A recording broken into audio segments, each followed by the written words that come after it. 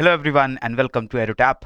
Today we are going to discuss about the next set of accounting ratios जिनको हम बोल रहे हैं solvency ratios and ये discussion हमारी again continue हो रही है from the chapter number 20th of the AFM component. In the last two lectures which we had in the last week हमने वहाँ पर already introduction देख लिया था कि accounting ratios जो होते हैं उनका मतलब क्या है, क्या उनका यूज होता है, और उसके बाद हमने देख लिया था कि प्रॉफिटेबिलिटी मेजर करने के लिए या उनका इंडिकेटर कौन से अकाउंटिंग रेशियोज बनते हैं। और आज हम देखेंगे कि कौन से अकाउंटिंग रेशियोज हम यूज करते हैं in order to find out the solvency of a particular firm. तो फर्म के सॉल्वेंसी को इंडिकेट करने के लिए सबसे पहले जो हमारे सॉल्वेंसी रेशियोज होंगे इनकी डेफिनेशन आपको क्लियर होनी चाहिए। It is a metric use to measure an enterprise ability to meet its long term debt obligations and is used often by the prospective business lenders. किसी भी कंपनी या किसी भी फर्म का सॉल्वेंसी का मतलब ये होता है कि उनकी जो लायबिलिटीज हैं, उस फर्म के ऊपर जितने डेट है, जितने लोन्स हैं, क्या वो लोन्स रीपे कर सकता है फर्म या नहीं कर सकता है। That is basically defined by there solvency. तो किसी भी फर्म की सॉल्वेंसी रेशियो अगर हाई रहेगी तो हम बोलेंगे उस फर्म की लिक्विडिटी पोजीशन बेटर है और वो फर्म अपने लोन्स को रीपे करने में उसको दिक्कत नहीं आएगी, प्रॉब्लम नहीं आएगी। That firm will find it very comfortable to service their loans and the interest payments whatever they have to make. अगर किसी फर्म का सॉल्वेंसी रेशियो लो आता है तो लोअर सॉल्वेंसी रेशियो का ये मतलब होगा कि उनके लोन्स पे डिफॉल्ट होने के चांसेस ज्यादा हैं। ज्यादा प्रोबेबिलिटी है कि that firm will find it difficult to repay the loans which they already have taken from banks, right. तो ये सॉल्वेंसी रेशियोज हम दो तरीके के समझ सकते हैं। एक तो है हमारे लॉन्ग टर्म सॉल्वेंसी, दूसरा short term solvency. Long term solvency नाम से पता चल रहा है कि वो रेशियोज जो लॉन्ग टर्म लायबिलिटीज को इंडिकेट कर रहे हैं, लॉन्ग टर्म सॉल्वेंसी को मेजर कर रहे हैं। यानी कि लॉन्ग टर्म लोन्स को रीपे करना कितना आसान है, कितना डिफिकल्ट है, वो हमें लॉन्ग टर्म रेशियो से पता चलेगा। शॉर्ट टर्म सॉल्वेंसी रेशियो से we will get to know कि whether any firm can repay their short term liabilities और नॉट। जो उनके शॉर्ट टर्म लोन्स होते हैं, जैसे बिल्स पेएबल होते हैं, उनको जो ऐसे कुछ बिल्स हैं जो उनको फ्यूचर में पे करने हैं, कोई भी ऐसा छोटा जो लोन है जो 1 साल से कम टाइम पीरियड का है, उसको अगर वो पे कर सकते हैं तो उनका short term solvency ratio high होगा। क्लियर। तो इन रेशियोज की सीरीज में सबसे पहले हम पढ़ते हैं फिक्स्ड एसेट्स रेशियो के बारे में। फॉर्मूला बहुत सिंपल है, fixed assets of the firm divided by the long term funds that the firm has. Fixed assets का सिंपल मतलब होता है नेट फिक्स्ड एसेट्स। कंपनी के पास जो भी टेंजिबल फिक्स्ड एसेट्स हैं, लैंड है, प्रॉपर्टी है, बिल्डिंग्स हैं, फैक्ट्री है, ये सारी चीजें हमारे फिक्स्ड एसेट्स के अंदर आती हैं। मशीनरी है, ये सब भी आता है, ठीक है। तो वो लॉन्ग टर्म एसेट्स जो 1 साल या उससे ज्यादा टाइम के लिए यूज करता है कोई भी फर्म, वो फिक्स्ड एसेट्स हो गए। Divided by the long term funds. Long term funds में क्या आएंगे? Share capital, reserves of the company and also the long term loans. Share capital owners का दिया गया पैसा है। Reserves is the basically the money retained from previous year profits, जो again share holders को ही बिलोंग करता है। एंड लॉन्ग टर्म लोन, जो कि बैंक से या किसी सोर्स से हमने लॉन्ग टर्म लोन लिए हैं, इनको डिवाइड करेंगे, फिक्स एसेट्स रेशियो हमारा फाइंड आउट कर सकते हैं। Next is date equity ratio.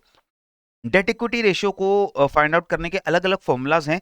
जो 3 कॉमनली यूज फॉर्मूलाज हैं वो मैंने यहाँ पर लिख दिए हैं। डेट इक्विटी रेशियो में we divide external equity divided by internal equity, और the total long term debt divided by the total long term funds, और the total long term debt divided by the shareholders funds. इसमें से कौन सा formula आप use करेंगे, it depends on whatever data is given in the question. Question में जो data आपको दिया है उस डेटा को यूज करके आप लोगों को डेट इक्विटी रेशियो वहां पर कैलकुलेट करना पड़ेगा। जो सबसे कॉमन हम यहाँ फॉर्मूला यूज करते हैं वो हम यूज करते हैं external equity over internal equity. तो एक्सटर्नल इक्विटी क्या है? Outside liabilities, basically the money that we have taken as loan from other people who are not part of the shareholders or who are not part of the firm। और internal equities होते हैं share holders funds, यानी कि वो fund जो owners ने, equity share holders ने fund जो फॉर्म है उसको दिए हैं। इनको डिवाइड करेंगे, डेट इक्विटी रेशियो हमारा आता है। नाम से ही पता चल रहा है, total loans divided by the total equity that the firm has, वो हमारा बेसिकली डेट इक्विटी रेशियो है। इसके बाद निकल कर आता है करंट रेशियो। करंट रेशियो हमारी शॉर्ट टर्म सॉल्वेंसी को मेजर करता है। यहां पर हम करंट एसेट्स को करंट लायबिलिटी से डिवाइड कर रहे हैं और करंट रेशियो फाइंड आउट कर रहे हैं।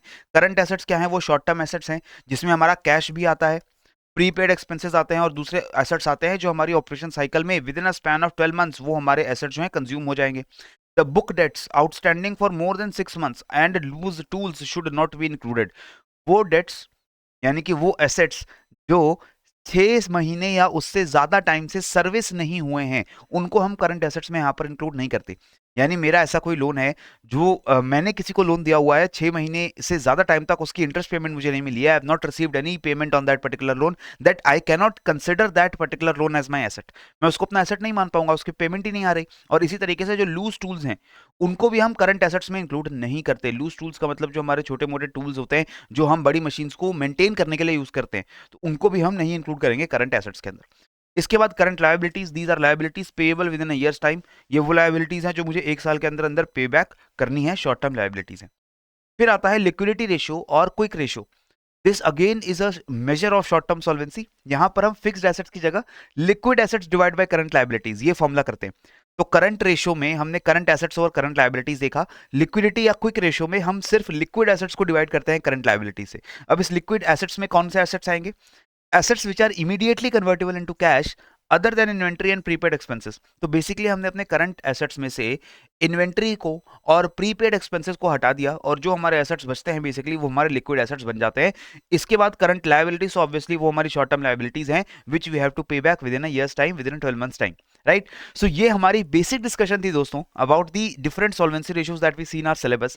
लेकिन अगर इन्हीं रेशियोज की आपको और डिटेल्ड डिस्कशन चाहिए जहां पर हम इन रेशियोज की सिग्निफिकेंस की बात करते हैं, इनके यूजेज की बात करते हैं, तो ये सारी डिस्कशन के लिए आपको ज्वाइन करना पड़ेगा हमारा master course where we are providing you with comprehensive discussion for all the 4 subjects of JAIIB examination, AFM, IIFS, PPB, RBWM. हर सब्जेक्ट के आपको नोट्स मिलते हैं, आपको रिकॉर्डेड लेक्चर्स मिलते हैं, आपको चैप्टर वाइज क्विज मिलते हैं हर कंपोनेंट के लिए, आपको हर कंपोनेंट के लिए 10 फुल लेंथ मॉक टेस्ट मिलते हैं और dedicated discussion forum, phone call, mentor support, email support, ये सारी चीजें आपको एक बहुत अफोर्डेबल प्राइसेस के अंदर मिलती हैं। And if you want to explore this course you must check the description box given below और जैब 75 कोड यूज करके आप अपने इस कोर्स के ऊपर एक ल्यूक्रेटिव डिस्काउंट भी अवेल कर सकते हो, राइट।